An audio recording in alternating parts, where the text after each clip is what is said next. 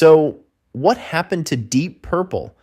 In 1967, former Searchers drummer Chris Curtis contacted London businessman Tony Edwards in the hope he would manage a new group he was putting together to be called Roundabout. They would eventually change their name to Deep Purple after the 30s pop standard. Deep Purple began in 1968 in Hartford, England. The original lineup, Ritchie Blackmore on guitar, John Lord on keyboards, Ian Pace on drums, Nick Simper on bass, and Rod Evans on vocals, their early sound leaned more towards psychedelic rock and progressive experimentation, drawing inspiration from classical music and the rising rock scene of the late 60s. Vanilla Fudge was a notable influence on the band, with Blackmore claiming that the group started out wanting to be a Vanilla Fudge clone. Their debut album, Shades of Deep Purple, in 1968, featured a hit cover of Hush by Joe South, giving them their first taste of success in the United States. The same year, Deep Purple were booked to support Cream on the U.S. leg of their Goodbye tour. Still, the band was searching for a clearer identity. They were talented, ambitious, and constantly evolving, but not yet the powerhouse that would change rock history. The band's second album, The Book of Taliesin, was recorded quickly and released in North America in October 1968 to coincide with the tour. The album included Neil Diamond's Kentucky Woman, which cracked the top 40 in both the U.S., number 38 on the Billboard chart, and Canada, number 21 on the RPM chart, though sales for the album were not as strong, number 54 in the US, number 48 in Canada. By March of 1969, the band had completed recording for their third album, Deep Purple. In 1969, Deep Purple underwent its first major transformation. Evans and Simper were replaced by Ian Gillan on vocals and Roger Glover on bass. This new formation, known as Mark II, would become the most famous lineup in the band's history. With Gillan and Glover aboard, Deep Purple shifted gears toward a heavier, more aggressive sound. Mark II's first release was a Roger Greenaway Roger Cook tune titled Hallelujah. In September 1969, the band gained some much-needed publicity in the UK with the Concerto for Group and Orchestra, a three-movement epic composed by Lord as a solo project and performed by the band at the Royal Albert Hall in London with the Royal Philharmonic Orchestra, conducted by Malcolm Arnold. Alongside Days of Future, cast by the Moody Blues, it was one of the first collaborations between a rock band and an orchestra. Their 1970 album Deep Purple in Rock was a thunderous statement, blending virtuosity with power.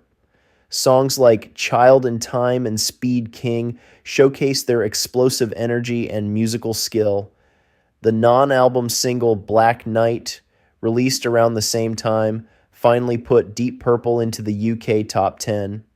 Along with Zeppelin's Led Zeppelin II and Sabbath's Paranoid, In Rock codified the budding heavy metal genre.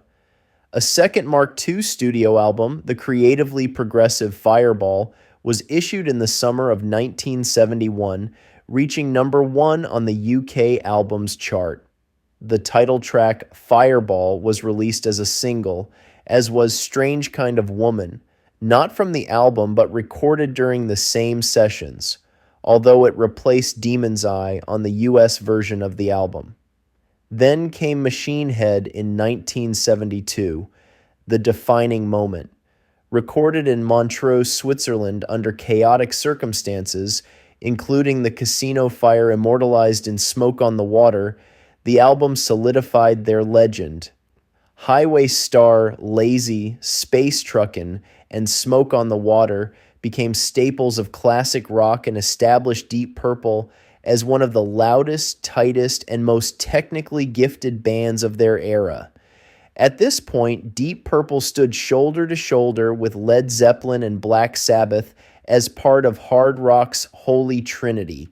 Their live performances, especially the 1972 Made in Japan album, proved their prowess on stage. No overdubs, just raw musicianship. But as their fame grew, So did the internal tensions. Ritchie Blackmore's perfectionism clashed with Gillan's flamboyance. By 1973, after the release of Who Do We Think We Are, Gillan and Glover left the band, citing exhaustion and conflict, spawning the hit single Woman from Tokyo. The album hit number 4 in the UK charts and number 15 in the US chart, while achieving gold record status faster than any Deep Purple album released up to that time. Deep Purple didn't stop. Far from it. The Mark III lineup introduced David Coverdale on vocals and Glenn Hughes on bass and vocals. This era leaned toward funk and blues influences, heard in albums like Burn and Stormbringer. The band still rocked, but the chemistry had shifted. The band co-headlined with Emerson, Lake and Palmer the California Jam Festival at Ontario Motor Speedway in Ontario, Southern California, on the 6th of April 1974. Attracting over 250,000 fans, the festival also included 1970s rock giants Black Sabbath, Eagles, Seals, and Crofts, and Earth, Wind and Fire. A month later, the band's 22nd May performance at the Gaumont State Cinema in Kilburn, London, was recorded and later released in 1982 as In London. A new live album made in Europe, called From 3 Shows on the Stormbringer Tour, was assembled during the summer of 1975, but would not see release until late 1976. By 1975, Blackmore grew frustrated again and left to form Rainbow, one of the great hard rock acts of the late 70s. Deep Purple recruited guitarist Tommy Bolin for the Come Taste the Band album, but tragedy struck when Bolin died of a drug overdose in 1976. The band was emotionally and musically drained, leading to their breakup that same year. Last Concert in Japan, a live album of the last concert on the Japanese leg of the Come Taste the Band tour, was issued in 1977. After Deep Purple disbanded, their legacy took on a mystical status, with fan-driven reissues and live albums fueling interest. This led to several attempts to reunite the band, especially during the late 70s hard rock revival. In 1980, Rod Evans fronted an unauthorized version of the band, which resulted in a lawsuit. He was ordered to pay $672,000 for misusing the Deep Purple name. However, like the Phoenix on their album covers, Deep Purple rose again in 1984.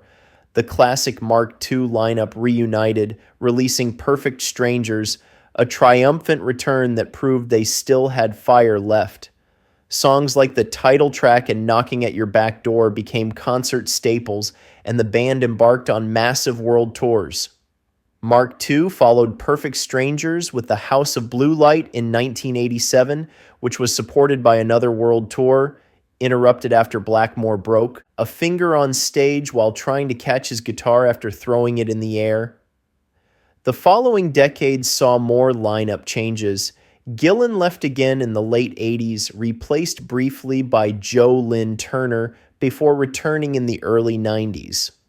Although Blackmore preferred Turner to remain in the group, he grudgingly relented after requesting and eventually receiving $250,000 in his bank account, and Mark II completed the aptly titled The Battle Rages On in 1993.